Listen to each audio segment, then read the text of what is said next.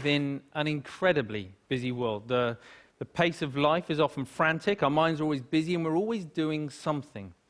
So with that in mind, I'd like you just to take a moment to think, when did you last take any time to do nothing? Just 10 minutes, undisturbed. And when I say nothing, I do mean nothing.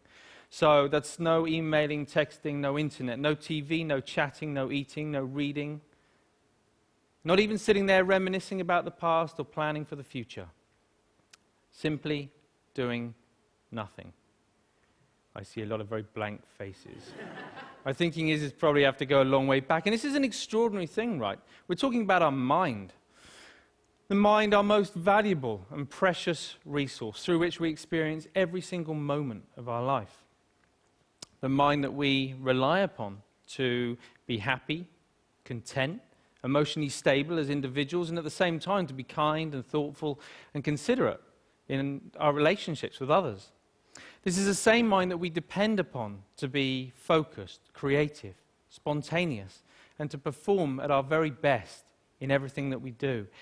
And yet, we don't take any time out to look after it. In fact, we spend more time looking after our cars, our clothes, and our hair than we... Okay, maybe not our hair, but you see where I'm going. The result, of course, is that we get stressed. You know, the mind whizzes away like a washing machine going round and round, lots of difficult, confusing emotions. And we don't really kind of know how to deal with that. And the sad fact is that we are so distracted that we're no longer present in the world in which we live. We miss out on the things that are most important to us. And the crazy thing is that everybody just assumes, well, that's the way life is, so we just kind of got to get on with it. But that's really not how it has to be. So I was about 11 when I went along to my first meditation class. And trust me, it had all the stereotypes that you can imagine, the sitting cross-legged on the floor, the incense, the herbal tea, the vegetarians, the whole deal. But my mum was going, and I was intrigued, so I went along with her. I'd also seen a few kung fu movies, and secretly I kind of thought I might be able to learn how to fly, but I was very young at the time, you know. Now, as I was there, you know, I guess like a lot of people, I assumed that it was just an aspirin for the mind. You get stressed, you do some meditation. I hadn't really thought that it could be sort of preventative in nature. Until I was about sort of 20, when a number of things happened in my life in quite quick succession. Really serious things, which just flipped my life upside down. And all of a sudden, I was inundated with thoughts, inundated with difficult emotions that I didn't know how to cope with. Every time I sort of pushed one down, another one would just sort of pop back up again. It was a really very stressful time. I guess we all deal with stress in different ways. Some people will bury themselves in work, grateful for the distraction. Others will turn to their friends, their family, looking for support. Some people hit the bottle, start taking medication. My own way of dealing with it was to become a monk. So I quit my degree, I headed off to the Himalayas, I became a monk, and I started studying meditation.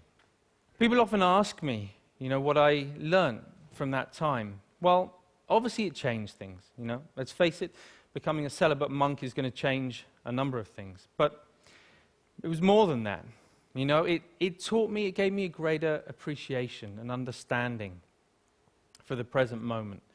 By that, I mean not being lost in thought, not being distracted, not being overwhelmed by difficult emotions, but instead learning how to be in the here and now, how to be mindful, how to be present. I think the present moment is so underrated. It sounds so ordinary, and yet we spend so little time in the present moment that it's anything but ordinary. There was a research paper that came out of Harvard just recently that said, on average, our minds are lost in thought almost 47% of the time. 47%.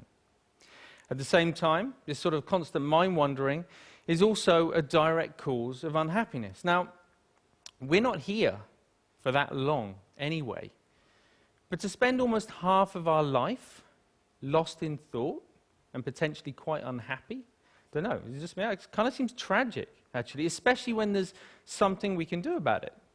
When there's a positive, practical, achievable, scientifically proven technique which allows our mind to be more healthy, to be more mindful, and less distracted. And the beauty of it is that even though it kind of need only take about 10 minutes a day, it impacts our entire life. But we need to know how to do it. We need an exercise, we need a framework to learn how to be more mindful. That's essentially what meditation is. It's familiarizing ourselves with the present moment. But we also need to know how to approach it in the right way to get the best from it. And that's what these are for, in case you've been wondering. Because most people assume that meditation is all about sort of stopping thoughts, getting rid of emotions, somehow controlling the mind. But actually it's quite different from that. It's more about sort of stepping back, sort of seeing the thought clearly, witnessing it coming and going, emotions coming and going without judgment, but with a relaxed, focused mind. So for example, right now, if I focus too much on the balls, then there's no way that I can relax and talk to you at the same time. Equally, if I relax too much talking to you, then there's no way I can focus on the balls. I'm going to drop them. Now in life and in meditation, there'll be times when the focus becomes a little bit too intense and life starts to feel a bit like this. It's a very uncomfortable way to live life when we get this tight and stressed.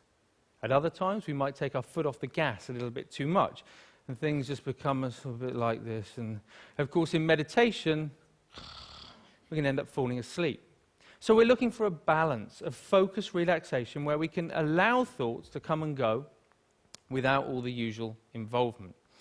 Now, what usually happens when we're learning to be mindful is that we get distracted by a thought. Let's say this is an anxious thought. So everything's going fine, and then we see the anxious thought, and it's like, oh, didn't realize I was worried about that. You go back to it, repeat it. Oh, I am worried. Oh, I really am worried. Wow, there's so much anxiety. And before we know it, right, we're anxious about feeling anxious. You know, this is crazy. We do this all the time, even on an everyday kind of level. If you think about the last time, I don't know, you had a wobbly tooth. You know it's wobbly, and you know that it hurts. But what do you do every 20, 30 seconds? I don't know. I don't know. It does hurt. And we reinforce the storyline, right? And we just keep telling ourselves. And we do it all the time. And it's only in learning to watch the mind in this way that we can start to let go of those storylines and patterns of mind. But when you sit down and you watch the mind in this way, you might see many different patterns. You might find a mind that's really sort of restless and the whole time.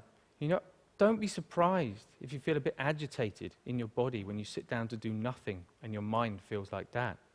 You might find a mind that's very sort of dull and boring and it's just almost mechanical. It just sort of seems to, it's as if you're just sort of getting up, going to work, eat, sleep, get up. Or it might just be that one little nagging thought that just goes round and round and round to your mind. Whatever it is, meditation offers the opportunity, the potential to step back and to get a different perspective, to see that things aren't always as they appear. You know, we can't change every little thing that happens to us in life, but we can change the way that we experience it. That's the potential of meditation, of mindfulness. You don't have to burn any incense, and you definitely don't have to sit on the floor. All you need to do is to take 10 minutes out a day to step back, to familiarize yourself with the present moment so that you get to experience a greater sense of focus, calm, and clarity in your life. Thank you very much. Thank you.